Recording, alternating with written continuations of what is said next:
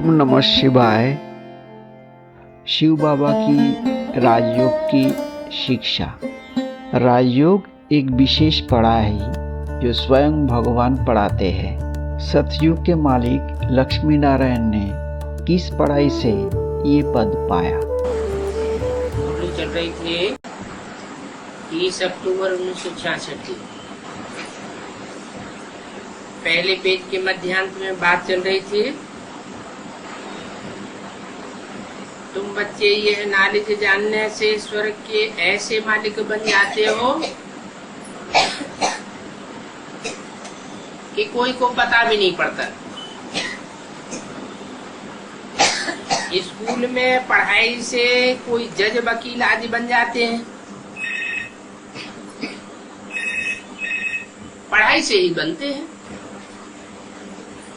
जो जितनी पढ़ाई पढ़ते हैं वो उतना ऊंच पद पाते हैं। इन सतयुग के मालिक लक्ष्मी नारायण ने ये किस पढ़ाई से ये पद पाया? तो वकालत की पढ़ाई से वकील बन जाते हैं, जज बन जाते हैं। इंजीनियरिंग की पढ़ाई से इंजीनियर बन जाते हैं। इन लक्ष्मी नारायण ने ये पद कैसे पाया जो विश्व के मालिक बने? कौन सी पढ़ाई से ये पद पाया? उस पढ़ाई का कोई नाम है? जैसे वो स्कूल कॉलेजेस होते हैं, इंजीनियरिंग की पढ़ाई पढ़ते हैं तो इंजीनियर बन जाते हैं। डॉक्टरी की पढ़ाई पढ़ते हैं तो डॉक्टर या सर्जन बन जाते हैं। तो इन लक्ष्मी नारायण ने कौन सी पढ़ाई पढ़ी? कोई पढ़ाई का नाम है या नहीं है? क्या नाम है? राजयोग। कैसा योग? जिसमें रास भरा हुआ है। ये हठ योग नहीं है। बाहुबल की पढ़ाई नहीं पढ़ी है। वो तो राजाएं बाहुबल की पढ़ाई पढ़ाते थे अपने प्रिंस प्रिंसेस को। तीर तलवार चलाना सिखाते थे कि लड़ाई लड़ें, हिंसक युद्ध करें और लड़ाई से राजाई प्राप्त करें। इन लक्ष्मी नारायण ने ऐसा कोई बाहुबल का युद्ध नहीं सीखा। कौन सा युद्ध सीखा?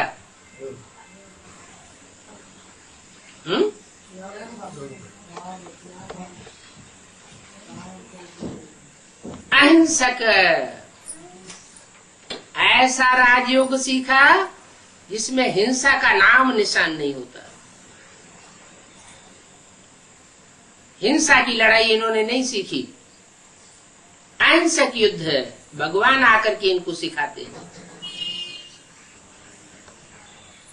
उस योग बल से विश्व की बादशाही मिलती है। वाइब्रेशन को कंट्रोल करना सीखा है।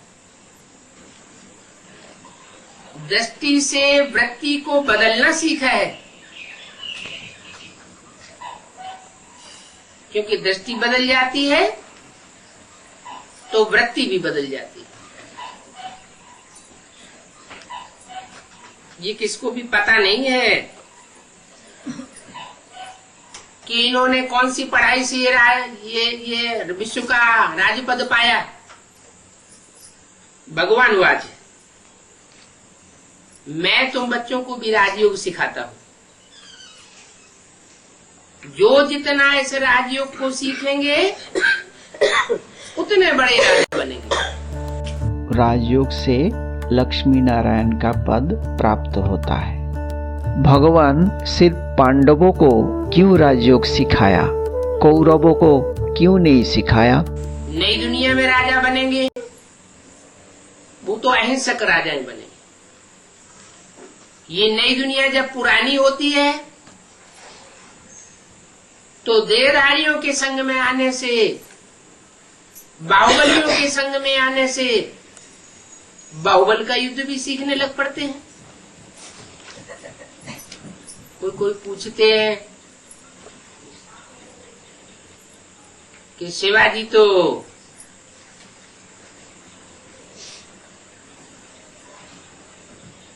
इतने श्रेष्ठ राजा हुए, भारतीय राजाओं में उनका नाम है, फिर वो छोटे राजा क्यों बने? उन्होंने तो बड़ा ही राजयोग सीखा होगा।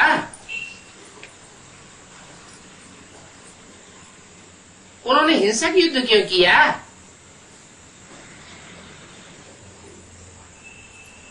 कलयुग अंत में आकर उन्होंने हिंसक युद्ध किया। हिंसक के संग में आने से हिंसक बन जाते। बाप अभी अहिंसक युद्ध सिखाने आए। ये वाइब्रेशन का युद्ध है, सत्य असत्य का युद्ध है। सत्य एक सच्चा गॉड फादर ही आकर के बताते हैं। सारी दुनिया में झूठ ही झूठ फैला हुआ है और सच्चाई को जानने वाले तुम बच्चे मुट्ठी भर हो। तो मुट्ठी भर बच्चे ये 500-700 करोड़ की झूठी दुनिया से कैसे टक्कर लेंगे? कहते हैं पांडव कितने थे? 5 पांडव थे और कौरवों यादवों की संख्या 18 अक्षौणी थी। जो 18 अक्षौणी संख्या आज की 500-700 करोड़ जनसंख्या के बराबर होती। फिर ये 5 कैसे विजयी हो गए? उनकी बुद्धि में भगवान बैठा हुआ था, उन्हें प्रैक्टिकल भगवान की पालना मिल रही थी, तो उनमें वो फोर्स आ गया। दुर्योधन ने भगवान से जाकर के मांगा, हमें आपका सारा राजपाट, सारी छेना चाहिए, सारा मान मर्तबा हमें चाहिए। और अर्जुन पांडव था, उसने मांगा हमें कुछ नहीं चाहिए आपका, हमें सिर्फ आप चाहिए। तो जिसकी तरफ भगवान होता है, जिसकी बुद्धि में भगवान बैठ जाता है, वो तो सबसे ज्यादा पावरफुल बन जाता है। सर्वशक्तिवान जिसको मिल गया, उसको और क्या चाहिए? सारी दुनिया शक्ति को पूजती है, मानती है। शक्ति के बगैर तो कुछ भी नहीं होता। उस शक्ति की प्राप्ति सर्वशक्तिवान बाप से होती है। वो हिंसक शक्ति नहीं देता, अहिंसक शक्तियां देता है। तो भगवान वाच है कि ऐसी शक्तियां देने वाला राजयोग मैं तुमको सिखाता हूं। बाप कहते हैं ऐसा कोई विद्वान आचार्य नहीं होगा जो ये कहे कि मैं तुम्हें यह विश्व का मालिक बनाता हूं। राजयोग में कौन सा शक्ति है और किससे मिलता है वो शक्ति जिससे विश्व का मालिक बन सकते हैं? हिटलर, नेपोलियन क्यों सारे विश्व पर राज्य नहीं कर पाए? विश्व का मालिक क्यों नहीं बन पाए? हिटलर, नेपोलियन बड़े बड़े विश्व विजय की आकांक्षा वाले राजाएं हुए, उन्होंने भी पढ़ाइयां पढ़ी थी। वो पढ़ाइयां पढ़ करके उनकी बुद्धि में भी ये आकांक्षा जागृत हुई कि सारी दुनिया के ऊपर हम राज्य करें। लेकिन युद्ध करते करते मर गए, लेकिन विश्व के ऊपर राज्य नहीं प्राप्त कर सके। ये तो बाप का ही करिश्मा है कि वो राजयोग सिखा करके ऐसा वाइब्रेशन को कंट्रोल करना सिखाता है कि मनुष्य तो मनुष्य है, ये सारी ही प्रकृति कंट्रोल में आ जाती है। कोई कहेंगे प्रकृति को तो आज वैज्ञानिकों ने भी कंट्रोल कर लिया है।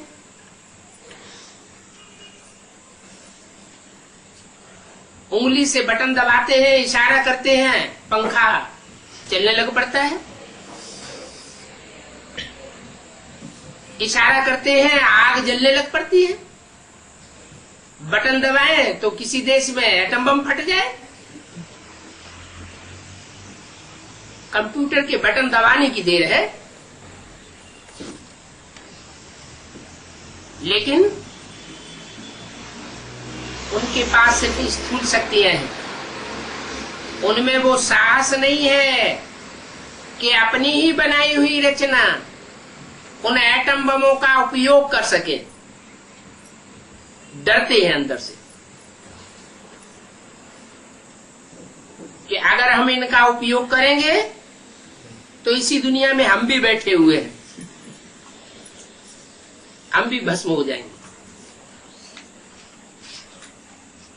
लेकिन भगवान आकर अपने बंदों को ऐसा राजयोग सिखाता है जिस राजयोग की शक्ति से, वाइब्रेशंस की कंट्रोलिंग पावर से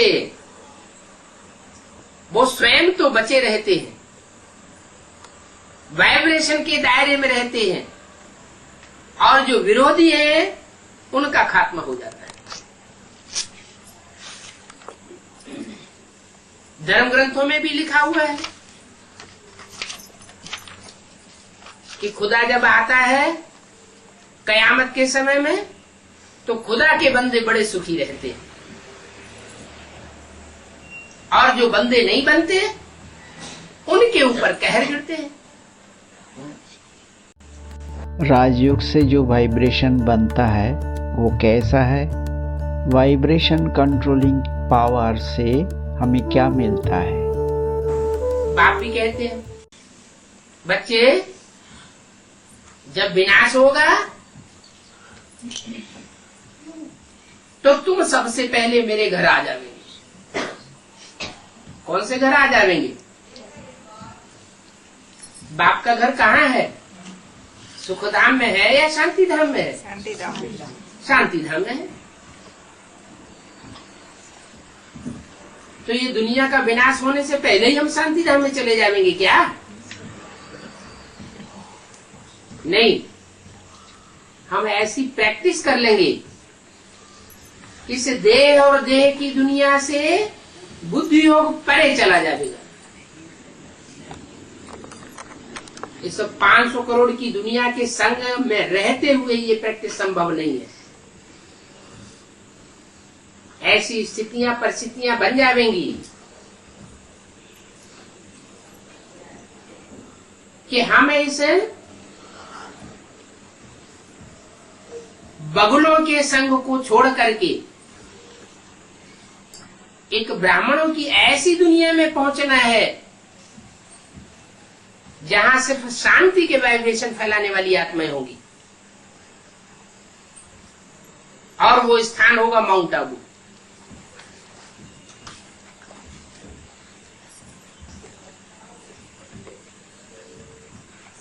जहां के लिए बोला है कि तुम बच्चे परम धाम को इस सृष्टि पर उतार लेंगे। माने परम धाम में जो वाइब्रेशन है शांति का, कोई संकल्प नहीं, कोई भय नहीं, कोई आतरवेला नहीं, कोई इच्छा नहीं, इच्छा मात्रम अविद्या, ऐसे संगठन का वाइब्रेशन बनेगा। और उस वाइब्रेशन का असर दुनिया में इतना फैलेगा कि जो नजदीकी आत्माएं होंगी वो स्वतः ही खिंची हुई चली आएंगी। सहज राजयोग से जीवन परिवर्तन कैसे होता है और राजयोग से लाभ क्या है? अभी बाप कहते हैं, मैंने तुम्हें जो कुछ समझाया है, समझाया है, वो पत्थर की लकीर के मुआफिक सत्य है। जो भी बातें बताई हैं वो आज नहीं तो कल सच्ची साबित जरूर होगी। उन ज्ञान की बातों में हिलने डुलने की बात नहीं है। अगर संशय बुद्धि हुए तो नशा नीचे गिर जाएगा। जितना जितना ईश्वरीय महावाक्यों पर निश्चय बुद्धि होकर के चलते जाएंगे तो जरूर ऊंचे उठेंगे। तो बाप कहते हैं कि मैं इस पढ़ाई से तुमको यह बनाता हूं। बहुत ऊंची पढ़ाई है और पढ़ाने वाला भी बहुत ऊंचे। जैसा पढ़ाने वाला होगा वैसी पढ़ाई होगी, उस पढ़ाई का रिजल्ट भी वैसा ही होगा। तुम बच्चे जानते हो लक्ष्मी नारायण की डायनेस्टी इस पढ़ाई से बनी है। कितनी ही श्रेष्ठ डायनेस्टी थी, 21 जन्म तक उनका राज्य चलता है। इन्हों की सूर्यवंशी राजधानी थी। लक्ष्मी नारायण की सूर्यवंशी राजधानी थी। किसके वंशी? सूर्य के वंश की। तो जरूर है इस ज्ञान को पहले सूर्य ने लिया होगा। भगवान से ये ज्ञान सबसे पहले किसने लिया होगा? सूर्य ने लिया। तो वो सबसे ऊंच पद पाने वाला हुआ। सूर्य इस सौर मंडल का मुखिया माना जाता है। वो तो जड़ सूर्य है।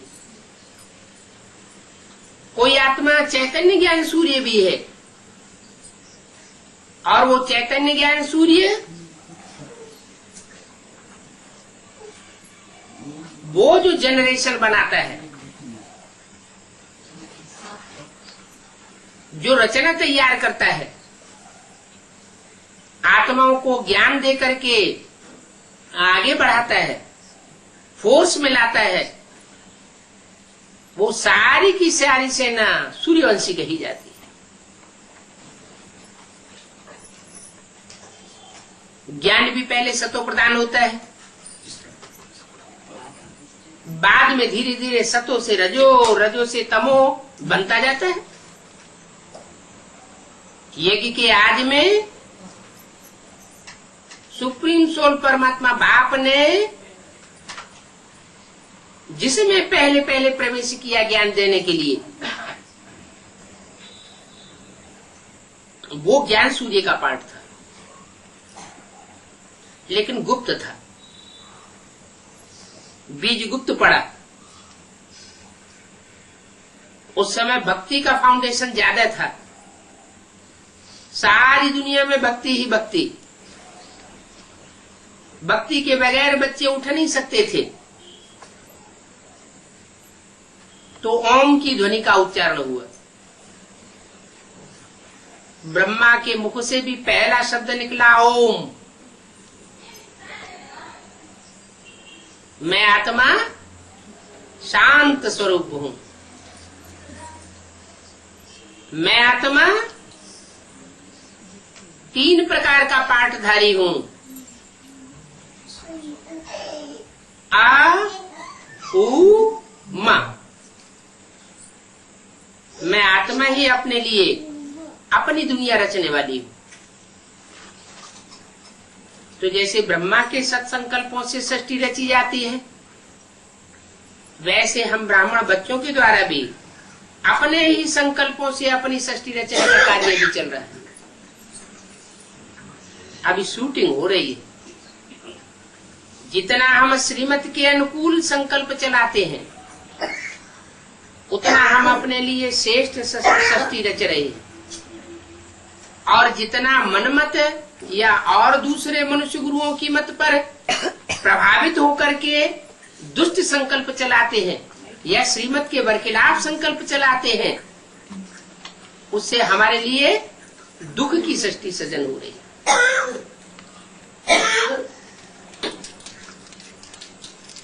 हमारी मुट्ठी में है। हम चाहे अनेक जन्मों के लिए स्वर्ग बनाए अपने लिए, और चाहे अनेक जन्मों के लिए नरक बनाए। परमात्मा बाप तो गारंटी देता है कि मैं तुम बच्चों को 21 जन्म के लिए अविनाशी अखंड सुख देने के लिए आया हूं। लेकिन पूरा निश्चय बुद्धि न होने के कारण बच्चे 21 जन्मों में पूरी प्राप्ति नहीं कर पाते। इधर प्राप्ति घटती है 21 जन्मों की, तो 63 जन्मों में भी सुख की प्राप्ति घटती जाती है। 21 जन्मों के आधार पर 63 जन्मों का हिसाब बनता जाता है। आत्मा में पुरुषार्थ के संस्कार पक्के होते जाते हैं। जैसा जैसा हम पुरुषार्थ करते हैं वैसी वैसी प्राप्ति होती है। मनुष्यों की मत पर है या मनमत पर पुरुषार्थ करते हैं तो दुख का सृजन करते हैं। श्रीमत के आधार पर चलते हैं तो सुख का सृजन करते हैं। तो ये ईश्वरीय पढ़ाई की कमाल है। इस पढ़ाई के ऊपर जो जितना जास्ती ध्यान देता है वो उतना ही ऊंच पद पाने वाला बन सकता है। इन सूर्यवंशियों की राजधानी बनी थी, चंद्रवंशियों की राजधानी नहीं बनी, इस्लामी बौद्ध वंशियों की राजधानी नहीं बनी। ईश्वर की मत से किसकी राजधानी स्थापन हुई थी?